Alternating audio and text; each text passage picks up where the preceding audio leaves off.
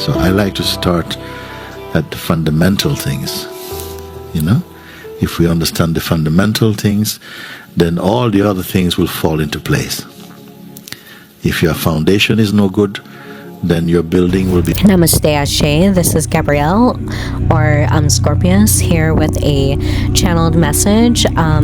This is for a really great movie that I've been waiting to do for a while because I couldn't remember the title.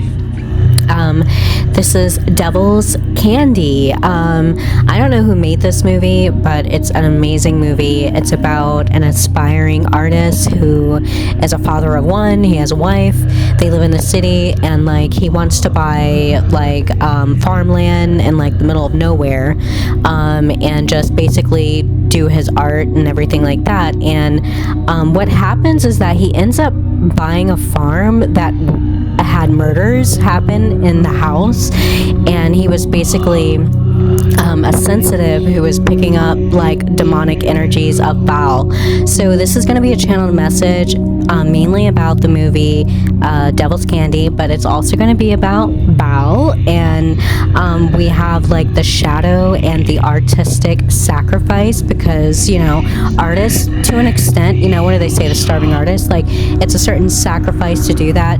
And I think with this movie, I was talking about like the sacrifices also associated to like channeling deities through art sometimes, because that's a very obvious symbolism that is presented in the movie. Because I feel like sometimes they definitely do, you know, channel some dark stuff, or you know, sometimes it depends on what they're channeling, but you know, and it depends on the artist and being like just a conduit for like spirits or to be an artist, because to an extent they are kind of like a conduit for these energies to express something that's trying to come through that everybody experiences. And that's like the magic behind artists, I think, which this movie captures that beautifully with the demon Baal. So before we get too far into it, because I'm a little bit excited because I do love the movie, I literally just watched it now and it's refreshing. So these videos are timeless. You get them whenever you need them. They are for entertainment, healing purposes only. If it triggers you, I do apologize for your lack of shadow work. That's not my fault. And if you don't like it, just leave it there. If you do like it, if you're returning, again, hello. I appreciate you, those who appreciate me, and I hope you pick up something awesome. I hope you enjoy the movie. Like, definitely watch the fucking movie, please. It is such a good movie. It's like a horror movie. It's a little sensitive because it does deal with like kids being like, you know, disappearing. It's dark. It's a dark movie, but it's a beautiful movie. I thought it was aesthetically pleasing. I like the spiritualism mixed in with like these material things that we exchange, and we think they're like so just materialism, like it's not a big deal, but there's like a heavy spiritual weight to that, and Baal brings that to the table. Baal is a wonderful demonic king to work with, dealing with basically choices, our will and how we're using it, and our desires. So desires is really heavy in the energy, fire energy, and the biggest message, which this has came out before with Baal, is having clarity on our desires. Like the distortion of our desires can sometimes cost us more than what we think we're getting out of it. You know what I mean? Like, what is it? Not everything that shines is gold, or something like that. It kind of falls into that arena with the lesson. I think Baal is really trying to get that message through.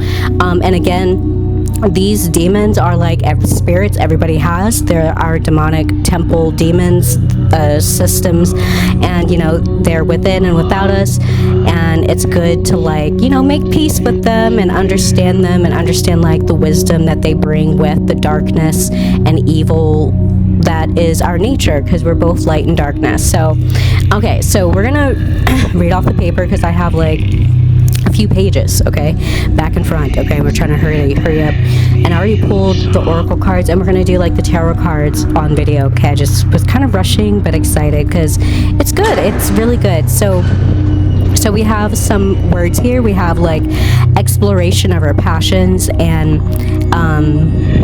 it says exploitation of our passions due to inner shadows and our obsessions. So this really captures the energy of this whole movie, because the obsession, the trance states that they were having. So like, again, the energies of like, I feel like people who have vision, like, so it's picking up again energies from frailty with the visions, because there was like a guy, the bad guy basically in the movie, but I can't necessarily say bad, but he represents like a character. He was the one who was basically kidnapping these kids throughout the movie, and he seemed like a sleeper cell, like not a very conscious person, and a lot of this unawareness, because throughout the whole movie you'll notice he just seems like he's not there, and so I'm interpreting that as like a sleeper cell, or like he's sealed, thus that means like he's being siphoned by his demons, and Baal was a big one that was causing him to do these things unconsciously, like kidnapping kids, and he had mentioned it's feeding his demon, which his demon, what happens, like, with all of these systems, what happens is they become rogue shadows and the demonic possessions when like the bad parts of you kind of control you, and these kind of feed into larger systems that we attract, which is also something that came up. So he had a weird obsession, but it was like ticks and little things he would do, like scratching himself or like staring off into space, is where like his weird obsession, it was like, I don't know, like he wasn't there, but like something was like pulling at him, like a hunger, but he didn't even know what it was at this point. So yeah, and it's funny because I think in the previous reading I had mentioned something, I need to get a better understanding of the difference between sealed souls and siphoning souls that are being siphoned, because I do think there's a difference, and I think a little bit of that came up in this movie.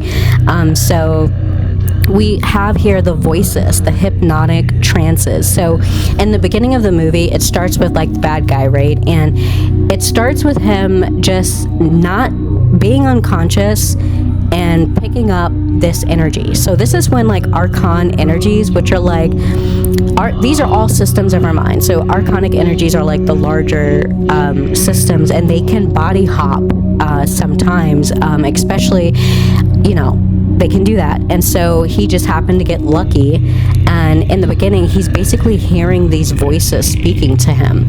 And so the movie kind of brings out how demons interact with people depending on their level of perception or awareness, and depending on that, and like I feel like your soul and where you're at spiritually, it can have like a negative or a positive effect depending on where you are spiritually. And I think something about him being asleep, it's kind of like Baal kind of caught him off guard before he could even defend himself, and he was already Baal's to use as like a pawn, and that happened a lot. So in the beginning he ended up like murdering his mom,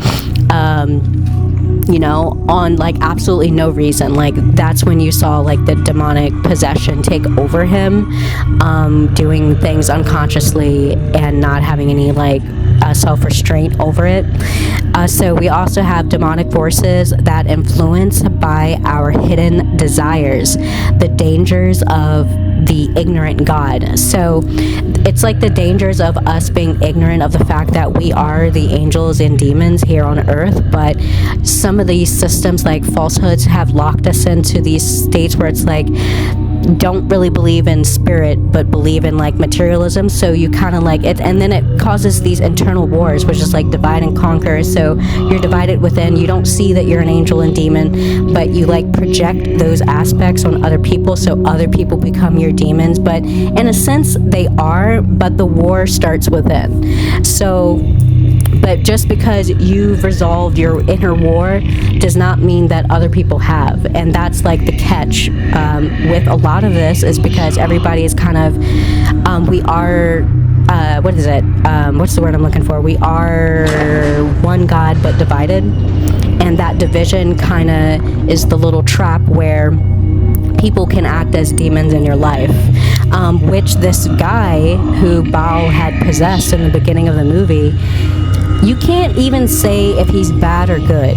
What we can see is that he's an unconscious, sealed soul for whatever reason, and he picked up on Baal, and he didn't have the spiritual defenses because he's not aware of that type. He's not even there like that, you know what I mean? But that doesn't mean he has a mind, so that's how the archonic forces are connected in our mind. So it doesn't matter if he's aware of it or not. And that came up too, like, it doesn't matter if you remember that you're a soul or not, or if you believe it or not. These systems exist regardless, and they do this. But anyway, so like, and then it was like the forces that influence us by our hidden desires. So this was definitely a message that came up again with Baal, where it was like an angel and demon message, and it was like, when you have unclear desires, like when you think you want one thing just because it looks a certain way on a material level, but your soul is actually hungering for something else, and confusing those sensations that can basically keep you hungry and never really fulfilling what your soul is asking you for, because you're only seeing the material aspect and you're hungry for something. It's like that whole thing, like with envy and inspiration. So with Leviathan is the demon of envy, which I love Leviathan because of that fact, and the riddle behind it. So like with envy, it is usually a trigger that when you're feeling envious of someone, you want something that they have. You don't feel envy for someone that you hate. It's someone that inspires you. But sometimes the trap is like, if you feel a sense of lack, you feel like you can't have whatever that person has that is inspiring you, that you like. So you feel like you have to take it from them because you cannot have it.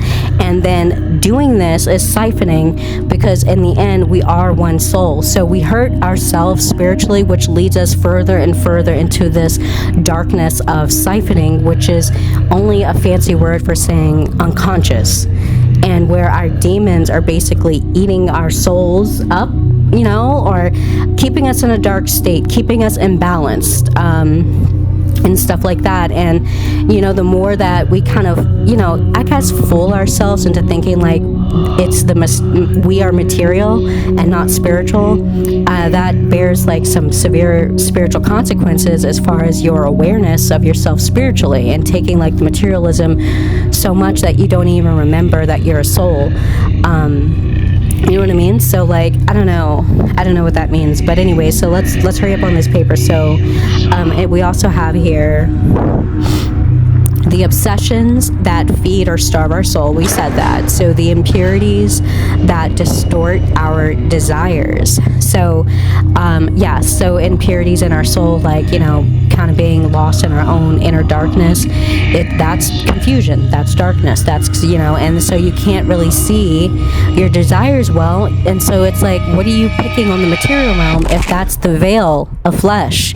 You know what I mean? So it's like it fucks up your correct choices as far as your soul's alignment, because you're already in darkness spiritually. You know what I mean? So, and then it has like imbalances that draw out our energy into a trance. So it was this weird energy that constantly came up in the movie, where the trances happened regardless if you were asleep or awake. And it was like something like you couldn't avoid it, that you'd fall into a trance, like this loop where you're not thinking, but something is still present within you, and sometimes it communicates. That is an archonic force. That's like the collective demon, or sometimes it can be your own demon communicating with you, and sometimes it's like your clarity on what that is can really distort the message. But like it has an effect depending on the person who's experiencing it. So like with the dad in the movie, he was connected. He was a sensitive, so he was not like fully he's not an unconscious person, he's a conscious person. He knew that he was channeling something. He knew that something was like putting him in a trance, and he knew he couldn't remember, so there was a lot of awareness with him. So when these visions or energies would come out, the visions scared him, or worried him. The art was beautiful. I mean, the purpose of the movie was that, he wanted to go out there with his family and make really good art to get him out of poverty, and Baal was kind of giving him that opportunity, but the cost was like him being aware of the energy that was coming through and kind of being disturbed by the message, which was these missing kids. So you know what I mean? It was kind of a hard pill for him to swallow, as like he knows something's not right. Like throughout the whole movie, it's like he's going with it. He's excited, but that there's like this dread. Like he's not jiving with the message. You know what I mean? But unlike the other guy, when he'd have his trances, it's like Baal had full control. Like he would have trances, and it seemed like he was seeing Baal from his level of dogma, which seemed kind of disturbing, because even in that, it was like unawareness, so he still didn't have control. So Baal could control him based off of his dogma. And it's like there's something about like neglecting our shadow work in those instances where we can really act out of distortion of our desires, you know what I mean, or like do things that we don't even mean to do, and it has absolutely no connection to any of our desires. That was his level of the trance, I feel like. I mean, yeah, because it seemed like a lot of the stuff he was doing, he really wasn't doing it with purpose. He said he had to feed something, and so it bleeds into the whole those who like sacrifice others to the demiurge, who it can go from extreme to like really light level things in which people perform sacrifices on others, like trying to put them in a mold that they know they don't fit in, or people trying to deviate you from your passions and your desires, which is a fancy way of saying deviating them from where their soul is trying to go. You're confusing them. You're not listening to what they're asking for. You're kind of like telling them what they need to do based off of what you want for them. You know what I mean? And sometimes what people want for us is coming from someone who may or may not be listening to their soul. You know what I mean? So it's a lot of that going on. But anyways, I feel like I trailed off there. But so we have so these imbalances basically like attract outside energies, and contracts and relationships, and these soul contracts that are going to like make these imbalances stronger within us once you connect to because that's natural. I feel like that's naturally what we do anyways, right?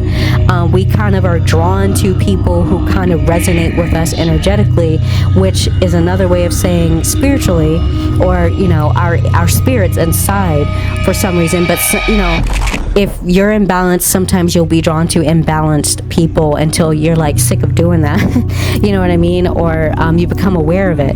And I do worry that sometimes there may be people who are just not aware of it, like the guy in the beginning of the movie, the bad guy. Like there was just no awareness at all. And I feel like with him, he had no connection with others, really. Yeah, he was like, I don't know, it was weird. This guy was a pawn. That's the best way to describe it, becoming a pawn to some of these forces. And like your only reasoning is like to like feed a hunger that can't not be like satisfied. So All right, so we have what are the costs of our desires? Can we afford spiritually what we ask for materially?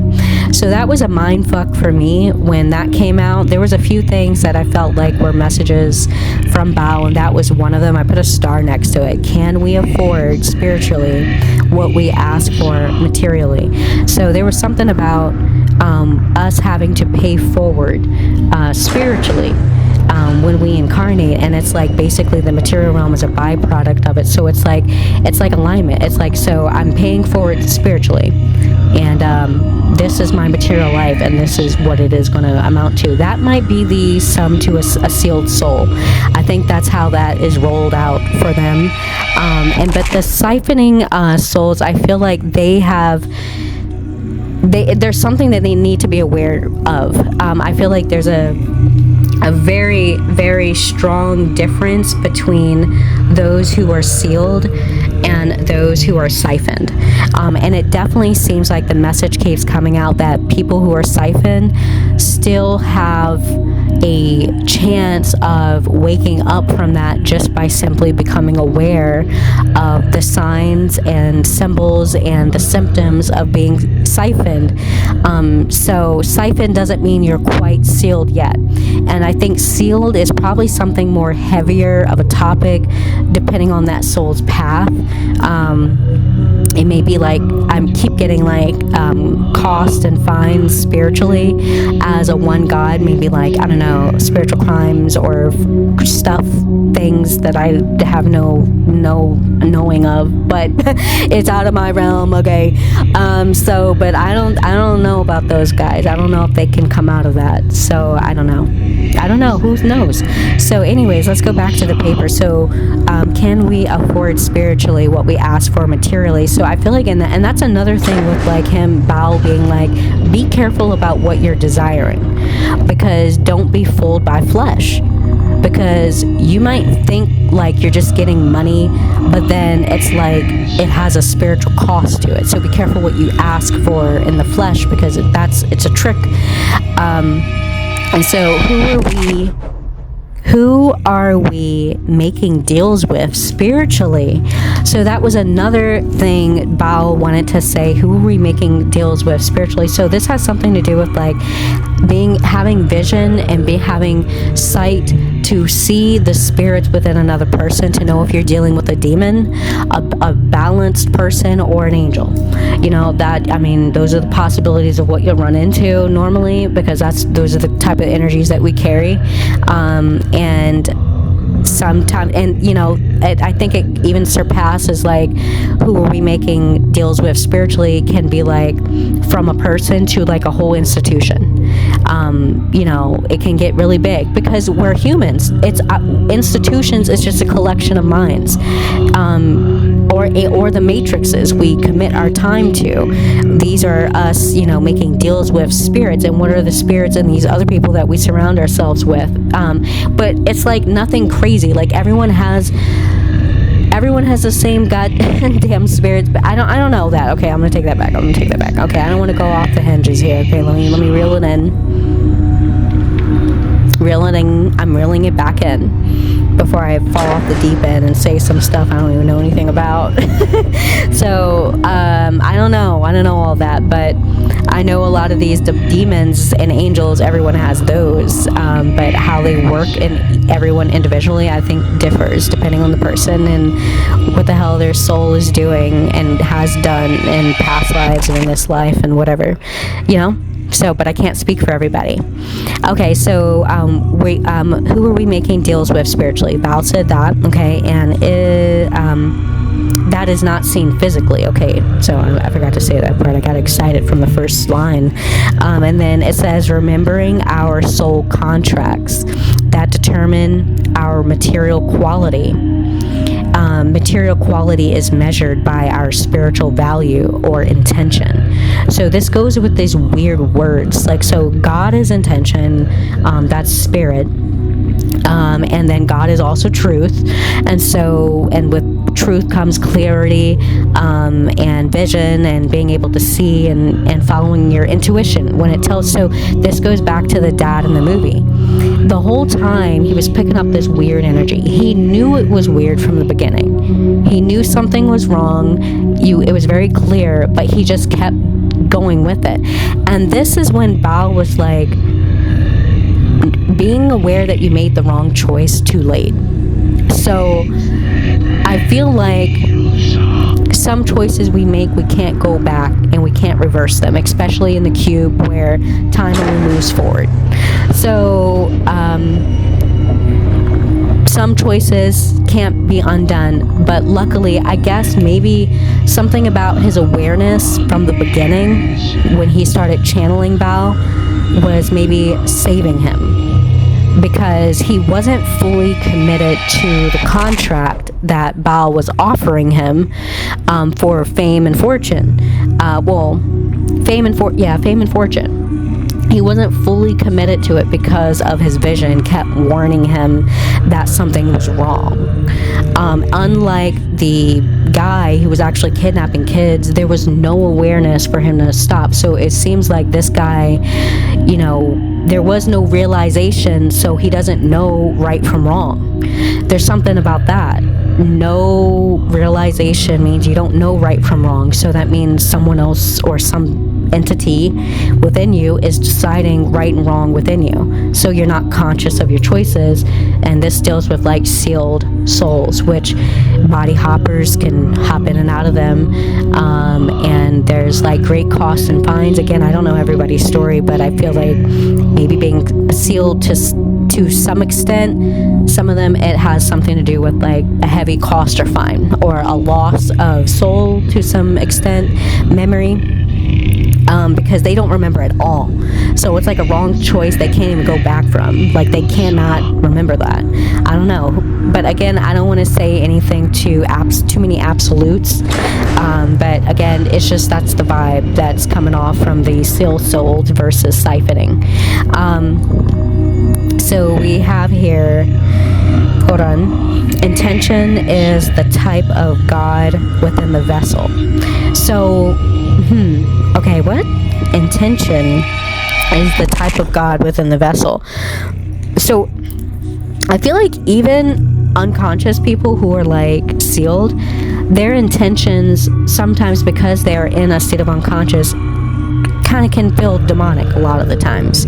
Like it wants to, oppress you too, because this soul is already in a state of oppression and blindness and not knowing. And there's a lot of things that come with being sealed as far as energetically and what that feels like. Fear is one of them. So they feel fear, so they project fear. They feel lack, so they project lack. And that's like something that our souls, I guess, naturally do. And so the intention, even though they're unconscious about it, they still have an intention, and it can still be felt, even though it's an unconscious intention versus someone who consciously has intention. And it just lets you know if you're dealing with someone who's demonic, who's leaning more into their demonic energy, versus someone leaning more into their angelic energy, or of a balance. So yeah, I think that's what that was trying to say. And so I have some sidebar freaking notes here. At some point I was running out of space and I started writing it on the side of the paper. So, and this was like towards the end, so these are sporadic. All right, so this says those who see by vision or sight. So vision is soul, sight is dogma. You're seeing by a program. You're seeing by a demonic oppression, suppression thing, a system put, because there's like density in your mind, and that can be seen as like archonic programming or possession, which is like a spiritual mind type of thing. A program, stereotypes are as simple as programming. that would be seeing by sight, seeing by your dogma, and vision is seeing by your soul, which is just your connection with source, where God wants you and God is you, and where your soul needs to be as far as your alignment and keeping you clear on your choices. And when you're making wrong choices, your intuition is going off, red flags, which this whole movie, Dad's intuition was going off, red lights, something's wrong, I don't feel comfortable with these pictures, I don't feel comfortable that they're kids. And then it started getting worse. So it's like, as he kept going, I forgot to mention that the visions got worse as he kept, because again, he's like half in, half out, and Baal is like turning up the heat as far as these visions. He's like, okay, are you gonna do this or not? Because he's, I guess, I don't know, it's getting weird. You know how, like, I feel like demons really love passion, and like our demonic energies, I don't know, I think for me, working with demons, I feel like they're really passionate about artwork, pain, and all this stuff that makes us human. They're really, the energies are always passion. So I feel like Baal liked the way that he had an outlet, because Baal was using two different types of people. The first one was an unconscious guy. This guy was just a stupid pawn. I'm sorry. He was just using him to kill people, and that was how Baal was feeding off of him. But with the artist, it was like Baal was feeding off of him through his art. So there was like an appreciation for his art. Like, he liked his art. So how these demons interact with us is unique, depending on the person. For what reason, I don't know. It depends on you and your path, your soul. I cannot say. But that was very distinct. And so, like, but I feel like there's something to do with like Baal being within you and without you. So with the dad, maybe I felt like the whole time Baal was testing him. He was testing him because Baal is like, he is you, so he's aware that you have vision. Even the dad was aware that he was having visions, but he was, you know, tempted by his desires for material gains for his family, but realizing the spiritual cost would be the love, the actual authentic love he had for his daughter. So that's when the heat started turning the fuck up, and Baal was like, he's testing him. What are you going to choose? Your authenticity or the materialism? Are you going to choose your spirit, your vision, or the materialism? And I think if he chose materialism, it would have been a choice he could never return from, and that would be a cost and fine to his soul. But he never chose that. He was teeter-tottering. So the vision started amping up with Dad. So it went from Dad was having just visions of these random kids to him having fucking visions of his own kid. And it was really fucking him up. Like, but he kept doing it though. So it's like when Spirit says it's hot and you keep touching it. You know, when your ass get burned, don't say they didn't warn you. And they do. Demons warn you and angels warn you, and it's just you. Why wouldn't they warn you? And I feel like what a lot of people end up in fucked up situations is that they don't listen to those visions when they tell you do or do not do this. And I think to some point, if you don't listen, you lose your vision. And so like that guy was like completely unaware. So he had no awareness of right and wrong after choosing materialism so much. You know, he just became a pawn. So anyway, and then I kept getting ping pongs off of this whole sight is seeing through dogma, vision is seeing through soul, and then it says the soul doesn't die. You either evolve or you recycle. See by distortion or clarity. So the distortion is the dogma, which is the sight, and then the clarity is the vision and the soul. So, you know, that's all that we're doing. And you know, those who don't evolve out of their dogma just recycle in the same dogma. And then I feel like after a certain amount of cycling, you get lost in your own darkness. And you forget about your light. Because as you're doing that and falling farther and farther in this imbalances, that's a disease. And, you know, and if you don't remember where you are and you're lost in your darkness, then You know what I mean? Like, there's no light, to get you out. And it's like, it's really, the sad part is when they say you can only save yourself. I think it's beyond materialism that only we can save ourselves from the inner labyrinth of our mind. So let's move on now. Okay, so hold on. Okay, so we're on to the next paper. So we also have here the father's wants or desire to provide for his family would cost his love. So it was the spiritual love for his daughter in exchange for material stability. And that was what was Baal offering. And he had to understand that was his spiritual cost. That would be his cost, his spiritual love for, financial stability. So understanding the shortcut to understanding that the material shortcuts are expensive, clearing our intention and our choices and desires. So I feel like Baal, he is a fire element, and I think fire transmutation came up because in the beginning, in the ending of the movie, the whole fucking house was on fire. So I got a heavy energy of like those who are being siphoned, who carry a divine spark, who haven't made so many wrong choices that they can't return from them or undo them.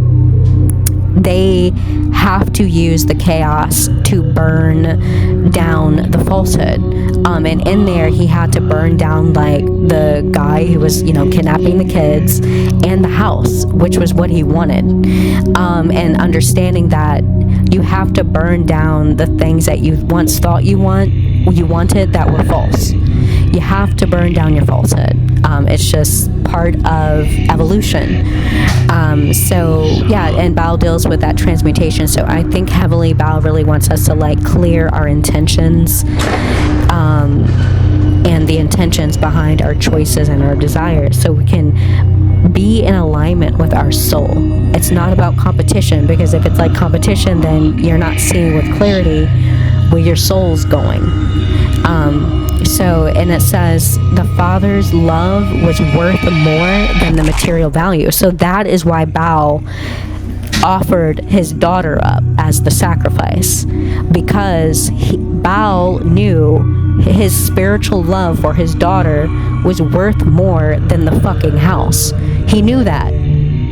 So that's why he chose his daughter. That's why. And that was the test. That was like, it's the God in me type of energy. And you can't escape that. And that's how these fucking demons and angels are so fucking amazing, because being one God is understanding that there's just a natural check and balances that knows who we are. That knows who we are, even if we don't remember. Our soul always remembers who we are, even if we don't remember, even if we are programmed to forget, so these demons and angels and archonic energies, they're constantly sending you messages. Sometimes you'll get them through other people, but I don't know, I think I'm trailing off a bit. So I thought that was really interesting. The father's love was worth more than the material value he was asking. And then it drew into being spiritually bankrupt equals obsessive consumption of material value. So hungry spirits, that is a heavy signal of spiritual bankruptcy, when there's like an obsessive consumption of materialism. We have the number 202, which was the apartment number of the guy who was killing the kids in the beginning. It was like a red door with the number 202 on it. And then we have the lost and hungry souls. So those are symptoms of like lost souls, feeling lost, feeling hungry all the time with that satiation. And then Yeah, in the movie, the dad had told his daughter, don't let school ruin your education. So I got that from I thought of that from the whole spiritual school of Earth. Like, this whole thing is just a learning experiences. Our interactions with other people and their demonic or angelic nature or balanced nature is just, that's the school part. And even with the wandering spirits, these motherfuckers are just fucking distractions. Okay, these are the people who dropped out, who just hang out at the schoolhouse. All right, and they just don't go home anymore. All right, we don't know if they have a home. They might have lost it, I don't know, but they sleep at the school. Okay, they just hang out and they pick on us, but I don't know. So that's the school part, but the education is basically your soul's alignment. You clearing your desires and choices and knowing your intention by truth and clarity of your authenticity is the education part. You are your education, not these other people and what other people are doing, because everybody's on their own path. And, that's beyond us. That's not even our responsibility. So at that point, we're just overextending ourselves. You know what I mean? If we're not, you know what I mean? You can only worry so much. Do what you're called to do. And so, how does our inability to tell the truth, to shame the devil, reveal our cowardly action towards avoiding being authentic? I can't say it. Oh my God, let's start over. How does our inability to tell the truth and shame the devil reveal our cowardly action towards avoiding being authentic? I can't say it. I'm autistic. Being authentic. I'm dying. Okay, I'm done. But how is that? So avoiding being authentic to our truth is really horrible. I don't even know why you would do that. And I'm sorry, I just lost my train of thought. And the shame, I don't even know, I lost my train of thought. I don't even know what to think after reading that. I'm just lost at, I don't know why you would do that. I don't know, why would you avoid being authentic? Why would you avoid your truth? Why would you want to do anything but tell the truth? Just be your true self. Isn't that more comfortable than not being your true self? I don't know, but whatever. I don't know, maybe it's not. It could be uncomfortable. It can be uncomfortable sometimes, but is it more uncomfortable to live a lie? Be someone you're not? Or pretend? I don't know. It depends. I don't know. But we're going to move on from this because I don't even know what else to say with that. All right. And then I'm reading here. Those who... What? Oh. Repeatedly push our spiritual boundaries are, seeking to possess us, spiritually. So I got that from towards the ending of the movie. So dad started to get really worried about these vision shit. Okay, so his daughter did get kidnapped, and this gets into another realm. We're gonna touch on that in a second. She did get kidnapped. So dad is about lost his mind at this point. He's really paranoid. Okay, he's paranoid, and he's he knows at this point he's invited something in his life that he shouldn't have. And now he's in defensive mode. So towards the end, the crazy dude who had no awareness was pushing in on his house. He really wanted to get in that house and do something to his daughter. And even after the fact, he was really pushing in the boundaries. So that was the first thought I thought of, was holding boundaries. So this goes with people really leaning into their darkness to the extent that they're sealed up for whatever cost and fines. That means they probably did some fucked up shit, or that they're just siphoned out. I don't know. They're not there. All right. And then these people can sometimes wish to possess you. And just trying to be aware of the mind games, because this is a spiritual war, which means it's a mind war, on how people try to possess your vessel to influence you or change you by putting, and a lot of sealed souls with false men and falsehood, they use a lot of dogma. They use a lot of dogma because they only see by dogma. So they use a lot of dogma as weapons, and then but it's like weapons with amped up energy with no purpose because they're being sealed. So there's no transmutation. There's no transmutation. And so that's why it always feels like a perpetual war with no reason, like 1984, because they're sealed. So there's no they don't transmute. They just fight with dogma. And they fight by however that dogma is programmed to trigger them to fight. And so that did come up a little bit as far as being triggered, depending on if your soul is sealed or siphoned. And sometimes, because at the ending there was a lot of pressure there, it felt like a lot of pressure, like it was like everything was like, you know, like when someone sets off a grenade and your ears are ringing. So they had the ear ringing effect, and you know, the mom is on her knees, the crazy guy he has the little girl, he's got a gun to the mom's head and she's crying, dad's been shot, he's on the ground trying to wake up, and then it's just this ringing, and it just felt like a lot of pressure, like triggering everybody in the space, and it was like that amount of spiritual pressure like triggered, I don't know, I felt like the presence of God, and when the crazy guy pulled the trigger, the gun did not go off. And so like there was a moment of relief. And so this is this weird moment where like I feel like these spirits within us and without us do set us up in situations, and maybe we even set ourselves up unconsciously. Even if we're being siphoned, we're drawn to things to either wake us up, to trigger us, I guess, to trigger us to either evolve or recycle through our dogma. So it's getting really deep. I don't want to drown because I just felt that.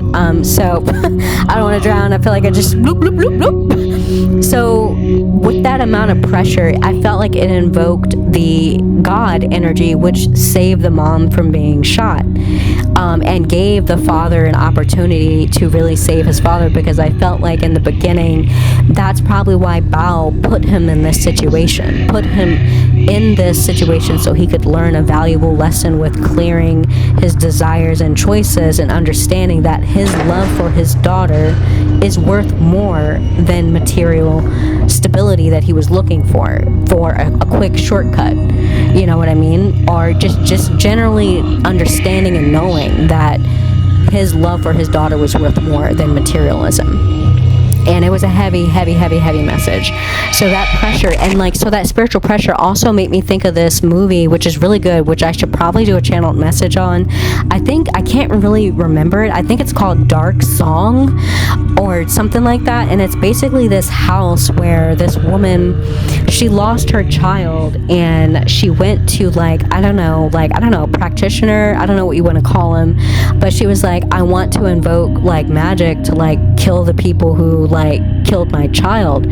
And he agreed to it, and they went into this house, and it was like this whole fucking gauntlet where she had to not eat and be in ice and sweat it out in one room, and poked with needles in another, and say these trances, these meditations in one room, and all this crazy shit. And every time she did this, she was opening portals throughout the house and invoking basically her spirits to get the favor to get revenge on these people who took someone very valuable to her, someone that she loved. And it had a twisted ending, because it was it's like when we do things out of unconsciousness, when we do things without fully knowing what we're doing, it can have consequences. And so it was at some point she had invoked this darkness that basically turned on the house, and so, and then she realized that she was asking for the wrong thing, you know what I mean? So that Dark Song, something about that spiritual pressure that invokes these, I would say it's like the presence of God, but it's like us, and it I guess they're good reminders that we are definitely more than just flesh and materialism. There's something much far greater in us, older than us, that does not die, and is very real. So yeah, but anyways, so let's move on. And then we also have here on the side,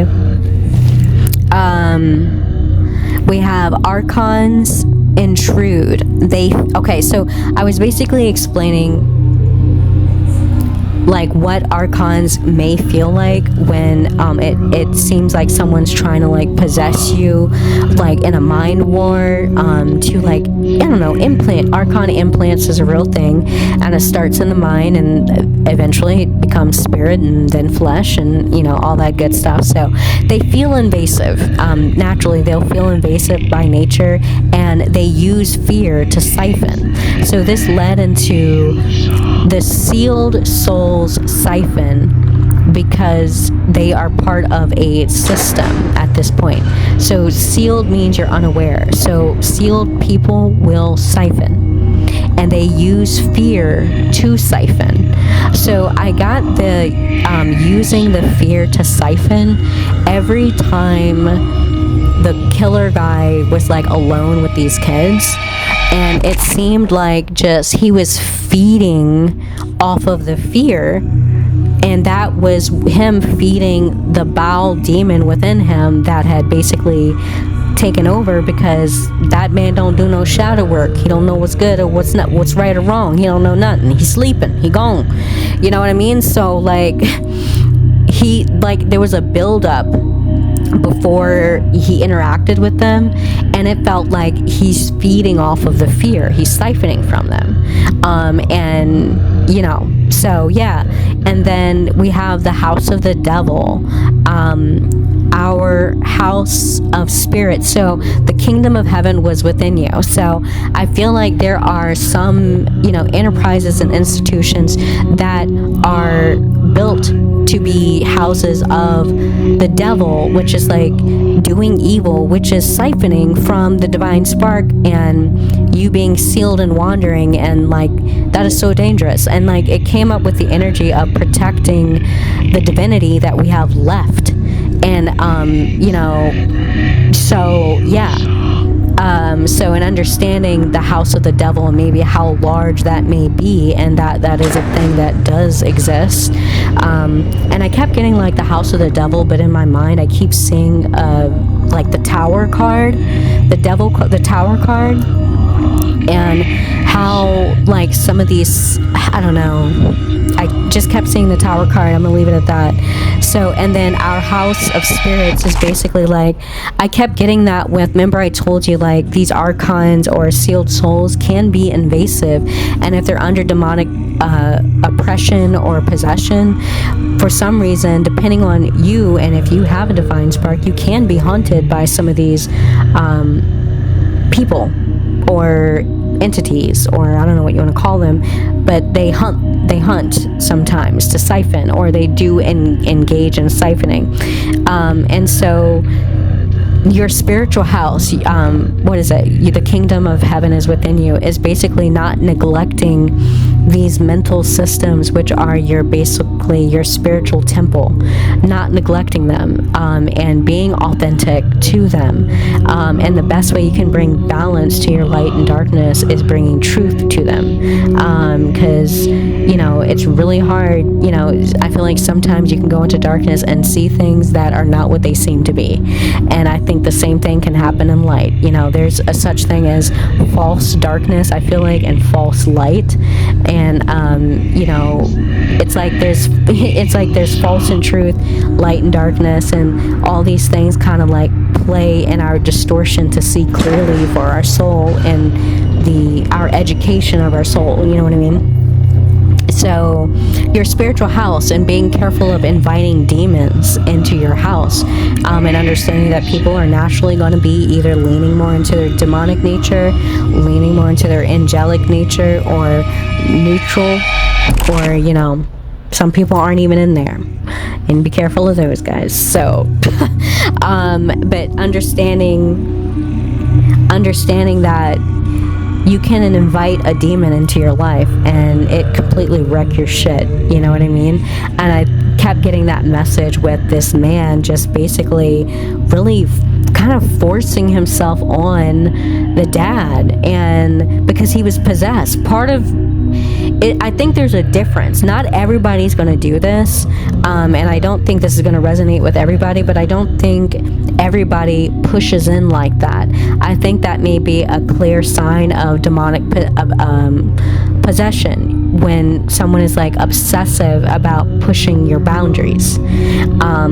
That means there's a force within you that has you obsessing about something that has nothing to do with you as a person. You know what I mean? So like whenever our obsessions always like say something about ourselves, our sources of obsession, and it's always good to just be aware of what your sources of obsessions are telling you about yourself by just telling the truth to yourself. I mean, if the least you could do if you are God is tell the truth to yourself, so you don't get fucked up in your obsession and then not even know when the trance starts and then you don't even remember what you did. You know what I mean? So and then we also have knowingly choosing the devil is choosing lies. So the house of the devil is very popular, and I think the weird thing is I feel like some people are ashamed to tell the truth, but with that small little lie is a heavy price and cost to your soul, and to the point that you won't be able to tell the truth anymore, or even remember what the truth looks like, because you're so far into your darkness, and now you're part of a bigger system, because the Matrix and these archons have bigger, larger systems, and you are drawn to them based off of your imbalances within. And maybe that can happen without you even knowing, and then you're already locked in. So the illusion and lies we avoid for material thrills. The lack that leads to more lack. Archon possession is unawareness. Archon possession, okay, so we're getting into this. Archon possession is basically like unconscious, like rogue shadow, where your shadow is not aware that it's a shadow, and it's kind of just doing shit, wrecking your shit, and you're like, God damn it, I hate myself. You know what I mean? It's like, well, what are you not aware of yourself that's wrecking your shit? All right? Just tell the truth, shame the devil. You can't blame no one else. You know what I mean? That's when all that shit comes. Look, this is how I talk to myself, right? Don't judge me. All right? And then unawareness is a form of being a sealed soul from siphoning, loss of conscious awareness. So conscious awareness is basically a symptom of being siphoned, losing your conscious awareness of your activities, and kind of like doing things kind of autopilot. And not, I guess presence may be another one too, not being present with what you're doing. And then, I don't know, we have mental battles are spiritual battles with other minds or self. So again, like that war starts within. Once you understand that, the angels and demons are just part of your natural nature, and just accepting the evils and the good within you fully, all of it, because it gets dark, because it's like, I don't know, it gets pretty dark as far as that. You have, just love yourself, however, just love yourself and tell the truth about, who you are, and understanding, like neutralizing those mental battles with how you feel about yourself and your own nature. You might not even like your own nature, and just that's me, myself, and I conversation. And then we also have these mental spiritual battles within, and we also have them with other people, which that deals with know who you're inviting into your spiritual house, because they could wreck your spiritual shit, and we can also wreck our own spiritual shit, not being aware. So why does the distrust start in the mind? So I did pull some oracle cards, and we're going to get into those. A lot of these words I keep reminding me of the oracle cards. So we did have like confusion, and our shadow card, one of our shadow cards is trust. So it's like when we start like being siphoned and then get close to this sealed part of our consciousness, we start to, like, it's a symptom of it, is the distrust, like not trusting your intuition. It's pulling you further from God. It's pulling you further from your soul's alignment into darkness, distortion, and confusion. And like the whole drama of school and neglecting your education on your spiritual alignment.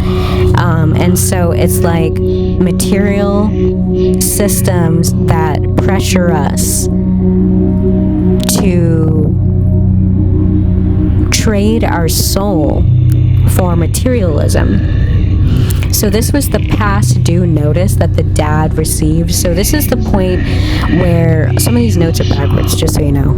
This was at the point where there's systems, material systems that are demonic, that are set up because we set them up, being the demonic and angelic of this realm.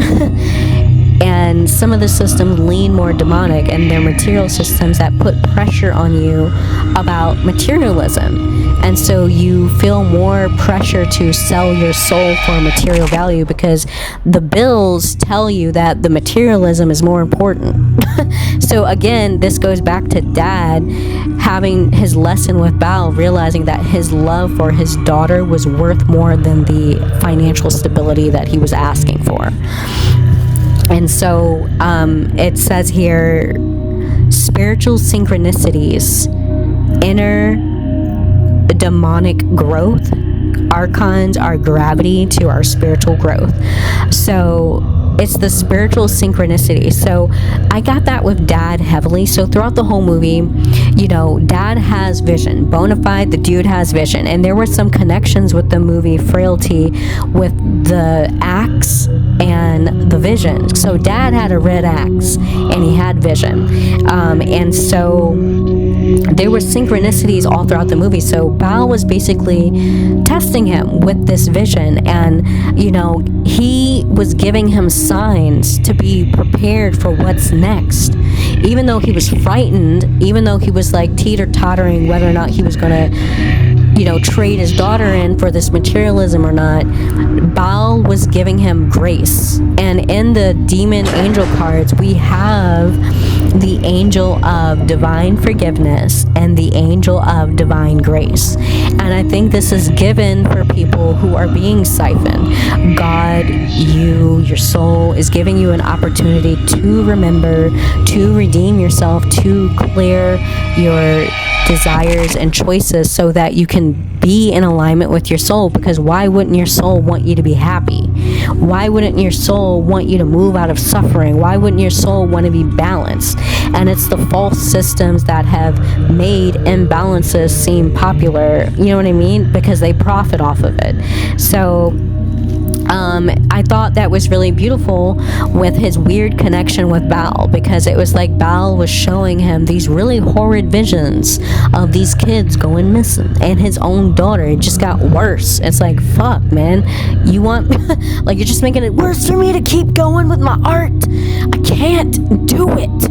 And then when his daughter started popping up in these visions, like, dad, that's when he really started getting paranoid. Like he made a mistake. And so Baal was really putting that pressure on him. Like, he even like had some industry reach out to him and at work, and like they were coming over his house, like really pressuring him to make that choice. And then once his kid got kidnapped that first time, I think the pressure broke, and that was a trigger enough for him to decide, I want to evolve out of this and I don't want the house. Like, he decided against it. And it was just the weird synchronicities. And I feel like the grace was like with that divine pressure, with the bomb, the earring effect.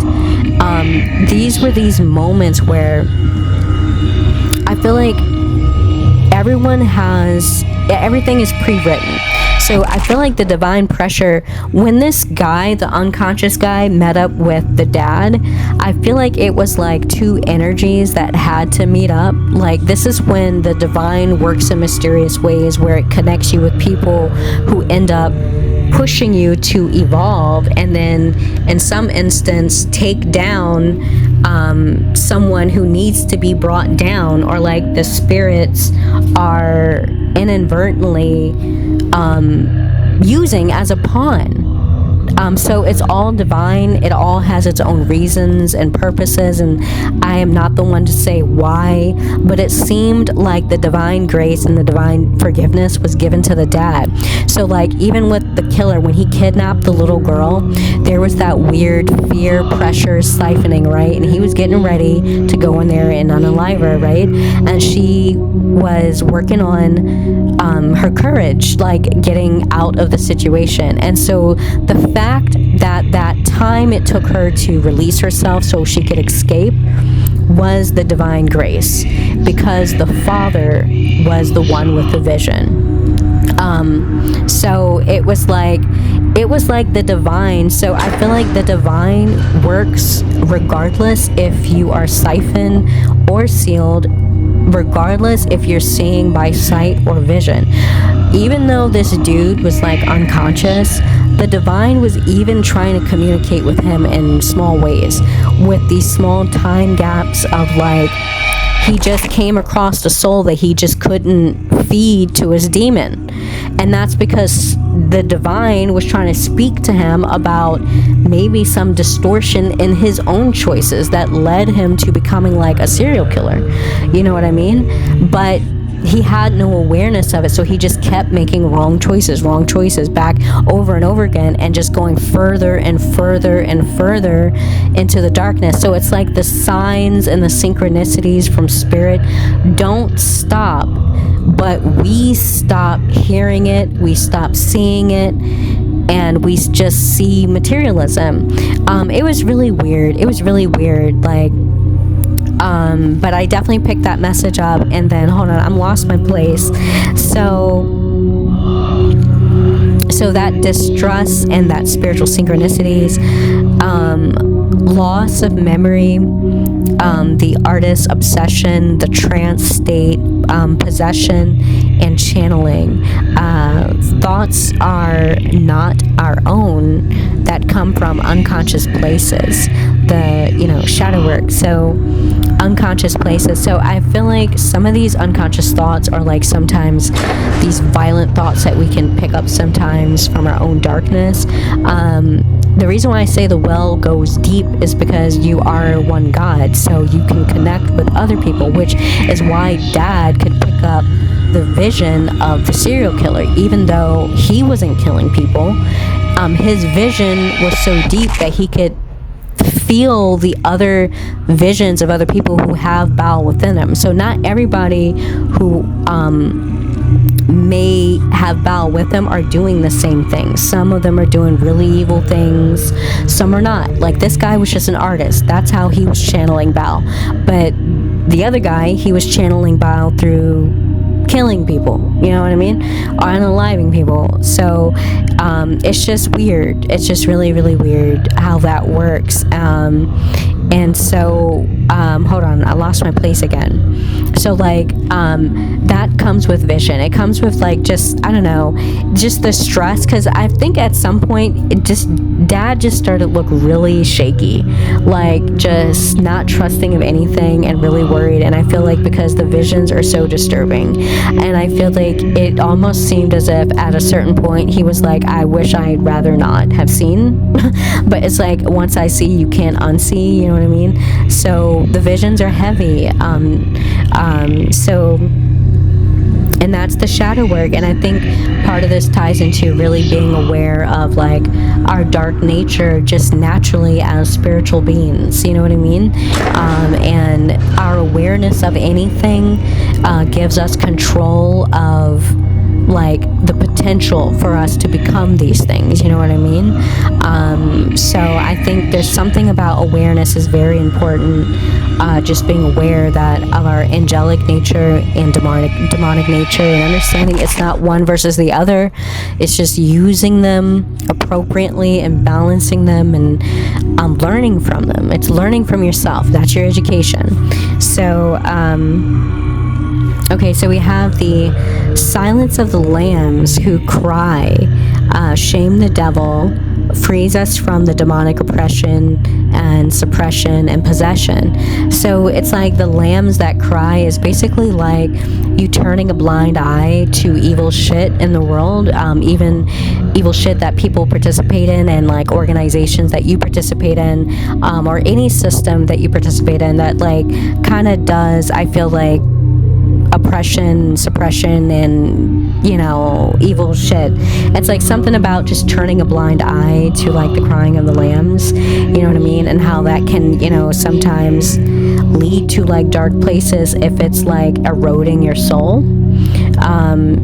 And yeah, something about just telling the truth, and whether it be yourself, if you need to tell the truth, I mean, just it's coming up, all right? There's different types of shame, and I think this is like truth as far as our alignment.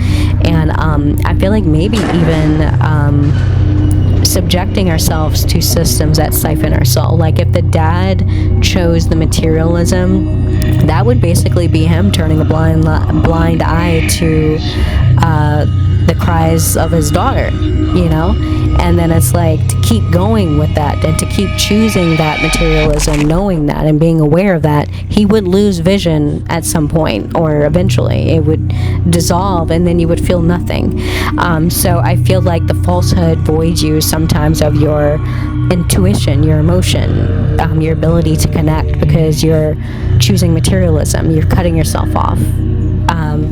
So, and then we also have like the chosen must accept the connection of all. That includes the pain, sin, and suffering, collective evil, to see it in truth. So I got that heavy with the dad. He drew this really big mural of like these kids with like butterfly wings. Butterflies is coming up, and basically these were like the victims. And there's something about having the sight to see like the depths of our darkness is like a cost and a price for, I feel like, chosen ones, making it harder for them to just live in the land of flesh, knowing spiritually these things are going on, you know what I mean, or something like that, or just having visions of things that make it hard for you to just accept materialism as the one truth. You know what I mean? The weight of that is hard, and it makes it harder to fake and pretend. So, all right, it's hard to pretend when you remember. All right, and then we have butterflies on the other side of the page, the butterfly connection to sacrifices, to the collective unconscious, the demiurge, collective shadow. Neglecting of inner temples results in spiritual wars and a material system that scapegoats, which are used for casting blame and sacrifices, versus the sealed and siphoning systems, battling for balance, is to remember we are the angelic and the demonic by nature. So let me back up a bit. So there was something about the sealed and siphoning systems, and they're battling for balance. So we already know, like, anyone who's sealed, they're not really like battling for balance, they're battling for imbalance, because there's no transmutation. All right, and those who are siphoning, I guess to an extent, struggle with balancing, being, I guess, sovereign, and I don't know, understanding these systems, you know what I mean? Because it's like with the siphoning, it's like you have an awareness, but you're still being used, you know what I mean? So it's really like something about your sovereignty from that. So hold on, I'm just trying to get through these papers so I can get to the cards. So we have the horrors we are numb to due to the loss of connection to source. So the sealed and the blind who reinforce the demiurge, the demonic systems, the blind who keep and collect others and the dark consumption of the divine spark to further disconnect and distort the source connection. So this is like basically the neglect of not being aware of this, and how, as within, so without, the imbalances of our inner battles, of our spiritual wars, is going to be drawn to a similar outside of us naturally. And sometimes how those interact is all divinely guided, because sometimes it's going to trigger you.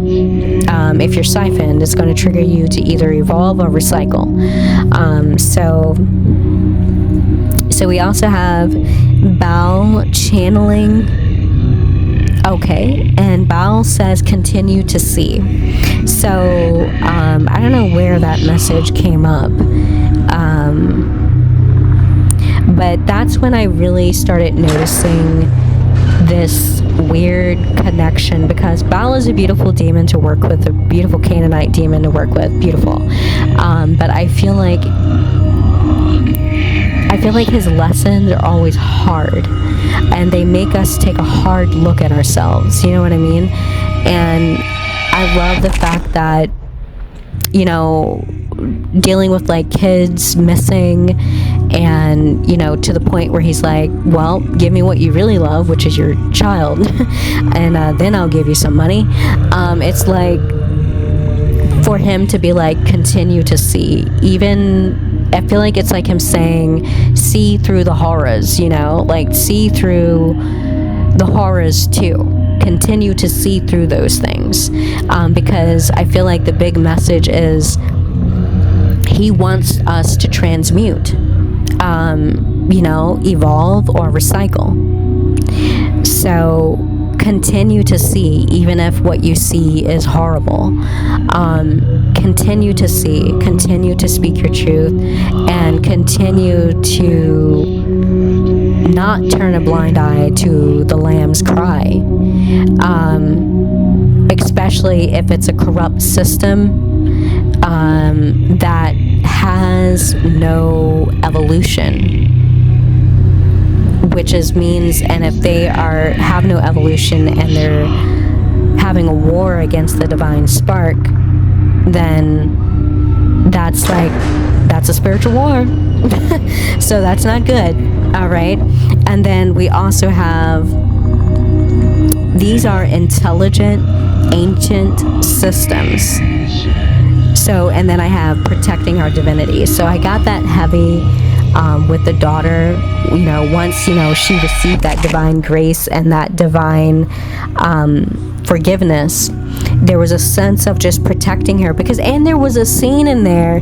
The reason why the girl got kidnapped in the beginning is because dad was in a trance channeling Baal, and this is when Baal's turning up that heat. He's turning up that heat on him, okay? So it was a trick. It was a trick, and this is how the divine, they be playing tricks on us, but they want to see what you're going to do.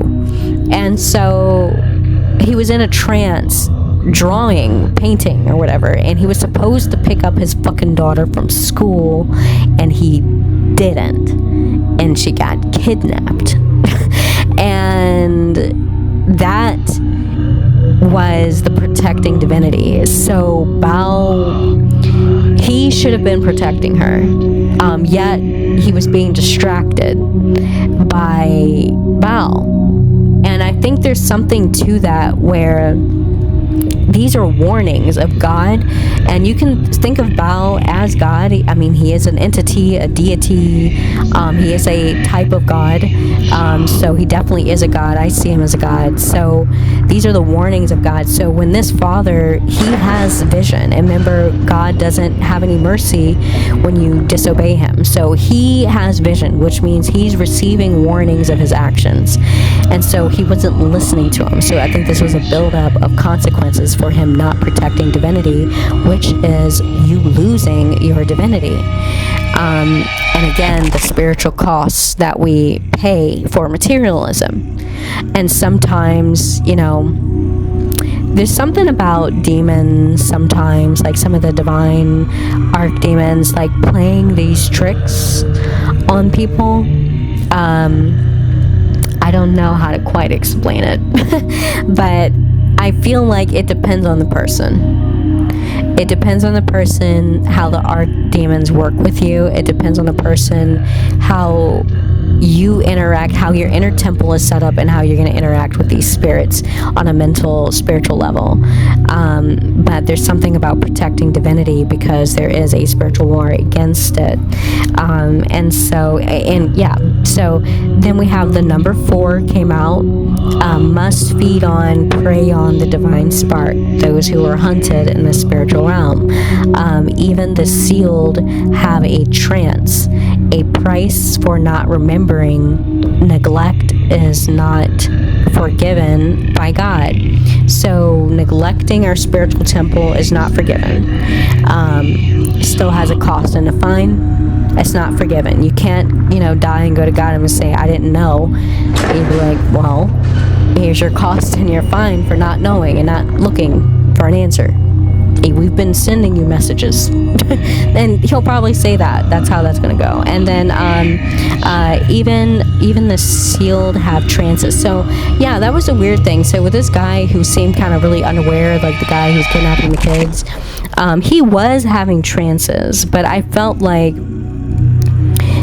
I don't know. It felt like his trances were like they were not visions. It was like sight by dogma, but he could see Baal. Like he was seeing him, and he was having, and he could see him, and he would have these trances where he'd go into like with that pressuring, that spiritual pressure, when he would prepare to go in there and do his unaliving. It seemed like he was in a trance. But I feel like the whole movie, the guy didn't seem like he was all there, you know what I mean? So that dude did not remember for sure. Okay, and okay, so let's move on here. We're almost done. So we have Jacob's ladder. So I thought of that when I could see on the dad's back, he had like a tattoo of a spinal cord going up his back, and I think that has something to do with Jacob's ladder, Christ consciousness and stuff like that. I don't know a lot about that, but I am aware of Jacob's ladder and Christ consciousness and how that all works, like something about it going up that ladder. I don't know, I could be wrong, but something about that. That's what's coming up, the words. All right, and then we have We Are the Beast, distortion of the part we play, and none is right or wrong, all serve a purpose by free will and choice. So then we fall onto, don't worry, nothing is under control. Like, don't worry, you don't need to control any of this, because it's basically a spiritual ecosystem that it has its own natural checks and balances, and you could either be aware of it or not. But if you're not aware of it, you kind of fall into your own place of like being unaware, and then there are systems designed to deal with that, and then vice versa, there's a way to deal with it the opposite way if you choose to be aware of their system. So it's kind of like a nice rest easy, I guess, but I'm like internally like, no, it's not, god damn it, spiritual warfare. But don't worry, nothing is under control, and it's just having distortion of the part we play. Like, where's our dogma telling us about where we are spiritually in our growth? So use the dogma to kind of dissect your character, and when you dissect your character, you get an idea of where you are spiritually in your growth, and maybe decide, because your character can always be reconstructed, deconstructed. Maybe you can decide a new character, recycle or evolve, you know what I mean? So we also have God's weapons. So again, this movie does tie a little bit into frailty, which I didn't know that. So with the axe and the vision, so we have the axe, vision, and touch again with, I guess, the weapons of God. And then we have Father's gift. He was connected and could see Baal's warning. Some are pawns for dark forces. The Father's doubting the price of his material desires versus his spiritual wealth and vision. So what was my intuition saying?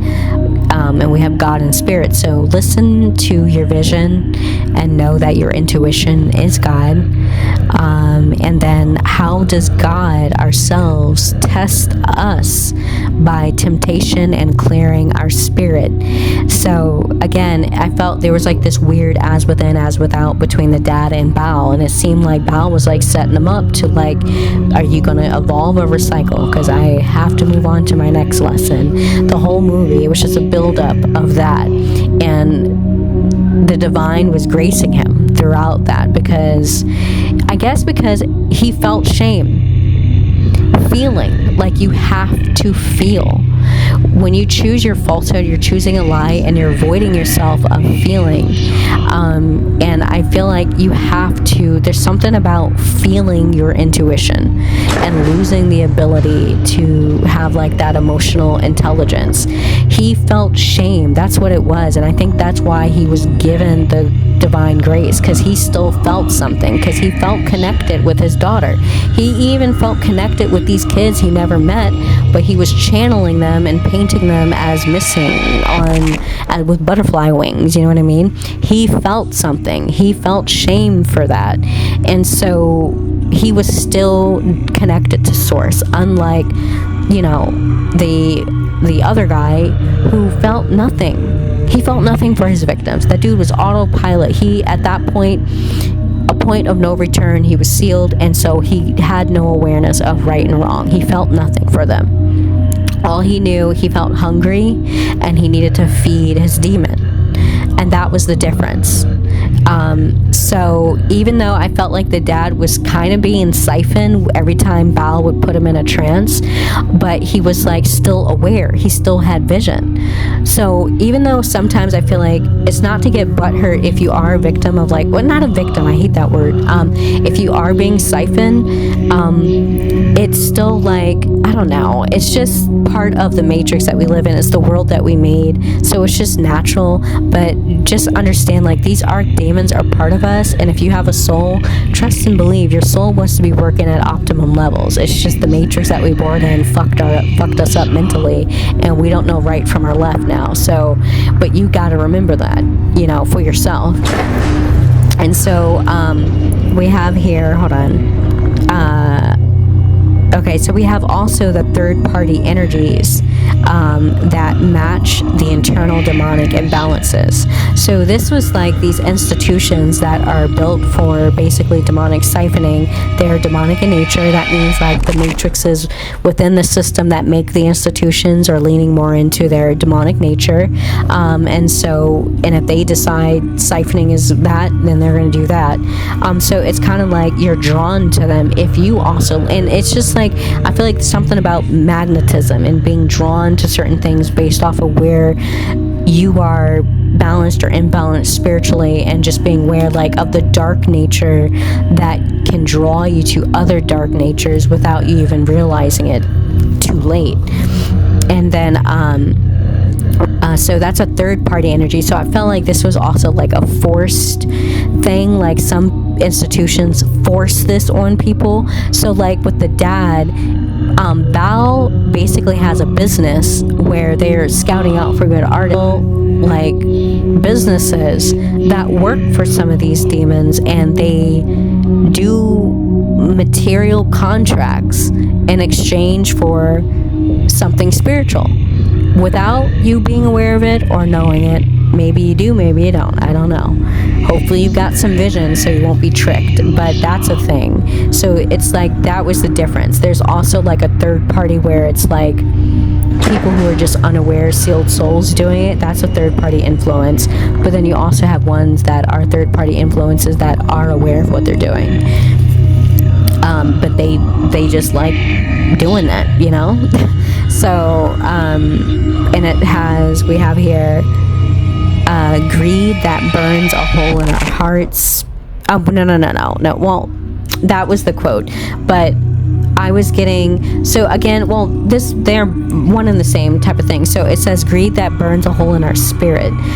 So I got that with the whole intuition thing and the dad feeling shame, which I thought was granting him that divine grace. So there's something about him really loving his daughter, and something about the heart space, and like hold on, I lost my place. And like, I don't know, I feel like the greed is something to do with like sealing, like completing the process of sealing is maybe like a loss of an ability to love. So, and it says, how are we dishonest about what we love in truth? And how do our lies about what we love distort the cost? Wait, let me back up. How do our lies about what we love, or the distortion, cost us the truth or the true love? Okay, so this is such a heavy thing. I felt really heavy on this one because it's a tricky fucking thing, and I feel like Bao really works heavy on this. So it's like, if you are unclear about what you even love in truth, like the clarity is so severe because it can have you choosing things you think you love that you don't love, and that has a cost to it too. Constantly choosing things that you don't love, thinking that you do love them based off of materialism. So it's just a heavy fine. I think he's just really emphasizing the heavy fine on that materialism, and clarity. Sometimes the confusion makes it harder to choose correctly for ourselves. And then we have realizing too late we have chosen wrong. It depends on the gatekeeper, Bao. So I feel like with this divine grace and the divine forgiveness, I feel like this greatly depends on the gatekeeper. So these demons that we encounter, like the 7 sins and all of these spirits, they're like gatekeepers for ourselves, and we have to understand ourselves and our own fucking riddles to like elevate spiritually beyond flesh. And it's like, I feel like you got to make peace with yourself to even know if you have chosen wrong too late. You gotta talk with yourself, and I guess depending on meeting that gatekeeper will dictate that divine grace. There's something about just telling the truth about that, and shaming the devil grants you that divine grace. Meeting with yourself, meeting with your gatekeepers, your demons, because we go from our darkness to our light. You're coming from the ground up. All right, so you got to wake up and be like, this shit is dark. Alright, it's dark as fuck, and understand that you're fucking evil, and accept that, and work through that, and bring awareness to that, and work with your demons, and they'll help you lift you up out of that dirt, So we have or recycle. Isn't that funny? Because don't you can't you put stuff in the dirt to recycle it too? So same thing. And then so we have connect to larger systems consciously or unconsciously. So again, I think this is just natural with our spiritual ecosystem that we just do this. And then this was another channeled message from Bao. I have a star. We have one way or another, costs are paid. We pay forward spiritually, and the materialism is just the byproduct, and it's the timed result of a spiritual price. It's already written. Okay, so I think this goes back to like the whole, there's no right or wrong. All serve a purpose by their choice and free will. So you're just making a choice, and you're aligning to a pre-written story based off of the character you just chose. And your awareness of your character, you can change it or not. But then as easy as that is, there's other stuff there too. So there's a lot of things going on all at once, but I hope that helped somebody. I'm sorry. I feel like I just gave you some like positive words, and I was like, no, there's other stuff going on too. Like, all right, but there is, so I'm not gonna lie. All right, so let's see what else. Did I read everything on this page? Okay, I think that's good. And then we have on the side here the kidnap part. So this is like when it got towards the ending, and I was like, I'm not going to keep using up all these pages because I need to wrap it up. I started getting paranoid because I'm like, these are like 3, 4, 5 pages now. I'm tired of this. But so we already went over the kidnapping part with the spiritual tension that was building.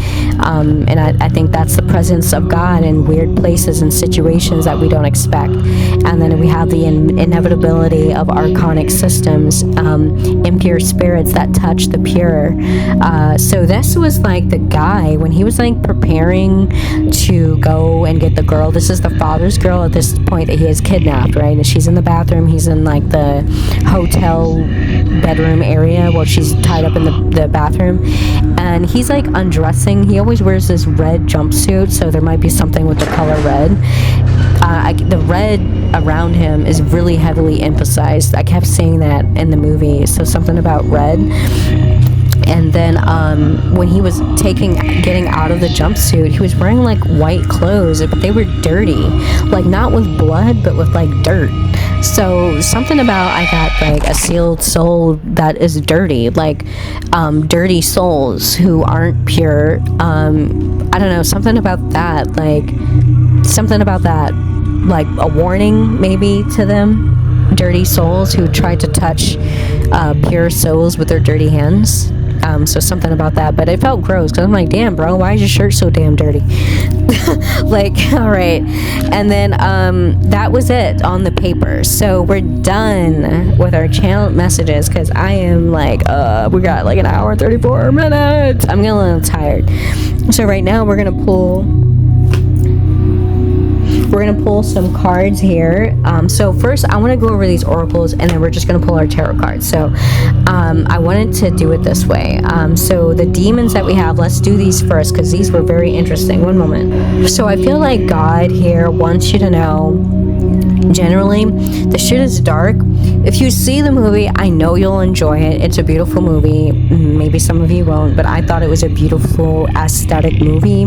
I thought the dad was handsome. I thought the whole family was beautiful, actually, and the whole intertwining of Baal and the father was beautifully done. So I hope you do watch the movie. I hope it doesn't disturb you too much with the kids, and you take the bigger picture, the message from it with the demon. It's one of my favorite demon devoted movies for Baal. So I hope you watch it. And I think the movie is dark. The topic is dark when you're dealing with this, and like our nature is dark.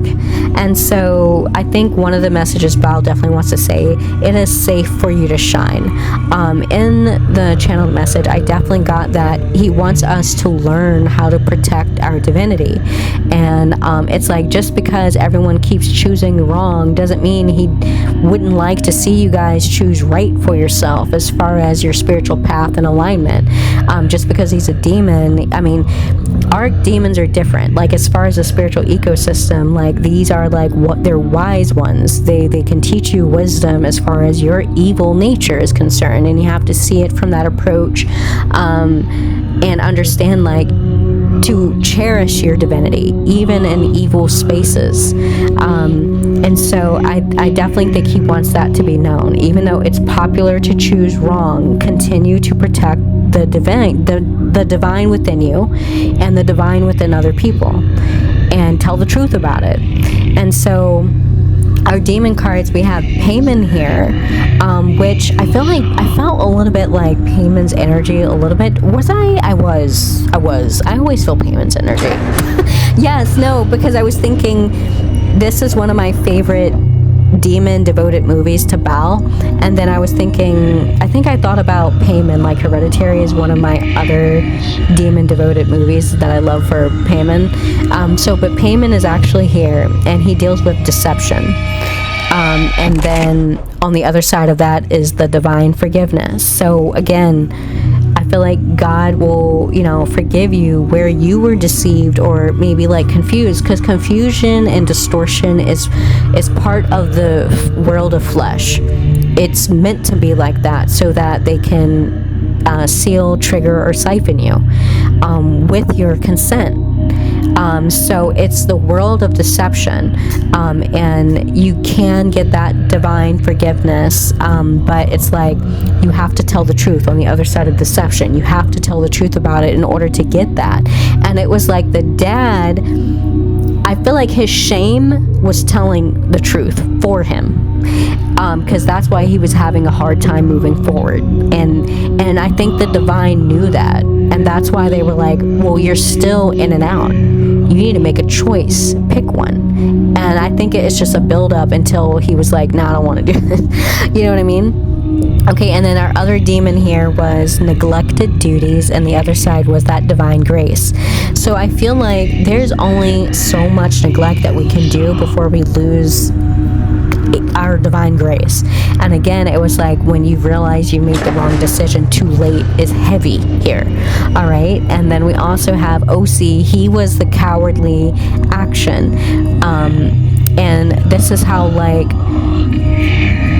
what does our fear of our authentic nature or telling the truth tell us about us being a coward?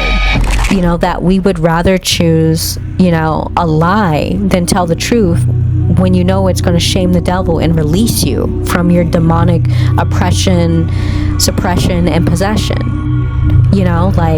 So there's something about being afraid, and that's part of being sealed. Part of it is a fear that keeps you sealed. Yeah, it's a lot to handle, and so it's like, and I feel like even when you're being siphoned, you'll encounter that where you really have to face your fears in order to bring awareness to the situation and cut the current, or cut it off from the siphoning, whatever it is that's siphoning you, and reconnect with your soul. And understand that siphoning eventually just leads into more unconsciousness and more darkness. And there is a threshold that you'll meet that it's like you're sealed. You're gone, like, as far as awareness is concerned. And then on the other side of OC, with the cowardly action, is the discernment. And so it's like knowing when you're choosing right or wrong, when you're choosing fear over truth, when you're choosing falsehood over authenticity. You got to discern your choices. Clarity was very heavy with Baal. He wanted you to be clear. And even we also have another oracle card of confusion, deception, just really being clear, and like the labyrinth of her mind. These are tricks of her mind. There's some systems that start within. The confusion starts within, and then it trickles out without. And so these energies are like magnetic. They'll attract you to other matrix systems, other demons or angels who resonate with the same energies, and pulling you into them. That's what they want. That's what they do. And then we also have like the admire. So that's like with that desire and having clear sight or clear vision into what you really desire, so that when you connect with the other, that you're connecting from a place of soul and not materialism. And then I also have like the drama card as a shadow card, and how like people who lean more on their demonic nature tend to bring a lot of drama sometimes. And then you also have other spirits out here, spirits of confusion and these other things, whether you believe them or not, and they also play a part in keeping you siphoned, which keeping you distracted from your awareness that you're being siphoned, and also keeping people sealed shut. And then we also have a Pokemon card. I thought this would be cool to pull, and we got Overwhelming Pain, Cursed Roots. This is I can't say the Pokemon's name, I'm so sorry, but it's a tree. It's a hunted tree. So I feel like foundationally, our spiritual temple is our cursed roots, and that is the source of majority of our overwhelming pain. All right, and so that was our oracles, and let me go ahead and pull our tarot card. We're going to be doing Buffy the Vampire tarot cards, and we'll see what comes up. All right, I like me some Buffy the Vampire Slayer. Are you a fan of Spike or Angel? I liked the vampires more as her lovers. I don't remember if there was anyone else. I think I blocked all of them blocked them out, and all I see is Angel and Spike now. So I don't even know if she had another mythical creature, but yeah, it's hard to choose between the both. All right, one moment. Let me shuffle these. Oh, and did anyone like Willow or Buffy the most? It's hard to choose again. I love Willow though. And what their English teacher, he was hot too, and so comforting. Oh my god. I need to watch Buffy the Vampire Slayer. Alright, so let's see what card comes out. I don't want a whole bunch. I'm kind of tired now, guys. That was a lot of paper to get through. I need to cut down on the writing it down, but it's hard when I start the movie from beginning to end, and I just like to write everything out. Alright, hold on. Let's shuffle something out here today. Alright, a big thick chunk just came out. Let's see what's on the top. We've got a freaking straw man with, this is Buffy the Vampire's freaking dummy that she shoots arrows at. Okay, I'm not sure where that's going from. I'm trying to channel these from the image, see what comes out. So we got that straw man. I don't know, I feel like that's the false man. Oh my god, please don't throw freaking stakes at false people, but it's something about self-defense. I mean, spiritual warfare is really just maintaining your spiritual sovereignty against a system that siphons you. So that is true. It can be a little bit violent, and it maybe has something to do with accuracy and clarity too, because it is like you're practicing, and maybe all of this is just a practice, and this is something that we'll do, I guess, until the end of our life, and we're just learning how to utilize our spiritual power in the realm of flesh. And this density, what did it say? Archons are the density to our spiritual growth. So it's the density that's both in our mind and in flesh. So we also have stakes here. This looks like a whole bunch of people. And okay, now I'm starting to interpret these stakes as like divine sparks in this picture, and it looks like everyone's just like showing off their cool divine sparks, and like, you know, like they're ready for battle or something. They're not fighting each other. It's like they're fighting for a cause. I like that one. That's nice. And then we also have the Ace of Pentacles, which looks like, you know, maybe that's that materialism coming up again. Okay, well, I'm not really getting much from that. I'll come back to that. Okay, we got like some guy sitting with like a bunch of crosses, and he's got pentacles too. He's got inverted pentacles. This is the King of Pentacles. So maybe like, I keep getting like the patriarch system, the Matrix, I feel like leans more masculine, which isn't bad or good, but it's good to like balance, you know, and understand like some of those traps of it being mainly a patriarchal system, and what that could mean as far as like spiritual costs and fines for that exchange of materialism. I don't know all about that, but I think that has something to do with it because it keeps coming up. And then we also have here, I think this is the teacher. He's all binded up, and he has all these, it's ironic because he's got a wall of axes next to him. He's blindfolded too, so he can't see shit, and he's bound. So I feel like this is like these sealed souls. Like, I don't mean to sound harsh, but I'm gonna keep, looking into it, learning about it, and understanding it more, so I can explain it back to you more. But I do think I think it's serious. That's because I'm a spiritualist, and I think that sealed really is like a serious thing. I don't think that you can return from that. I don't know. Again, I'm not like the God, so I don't know if you can or cannot, but I do think it's unique. I think there's something to do with like maybe binding there, or experiencing a form of being bound to a entity or a spirit or a darker force that we all naturally have, and maybe some people are just bound to them and they can't be unbound, or can they? I don't know, but there's something to that, being bound to evil. And the house of the devil just came up, so being bound to evil, and maybe there are some of us, for whatever reason, who are bound to that type of evil.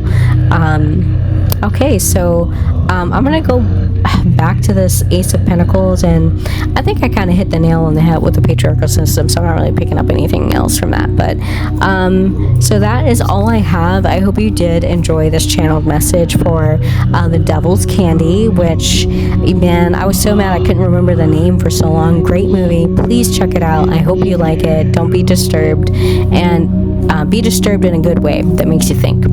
And thank you for joining me, and I hope you got something from it, and I hope to see you again, and namaste ashe. Okay, bye. Underlying the person is the presence. The presence can be without the person, but the person cannot be without the presence.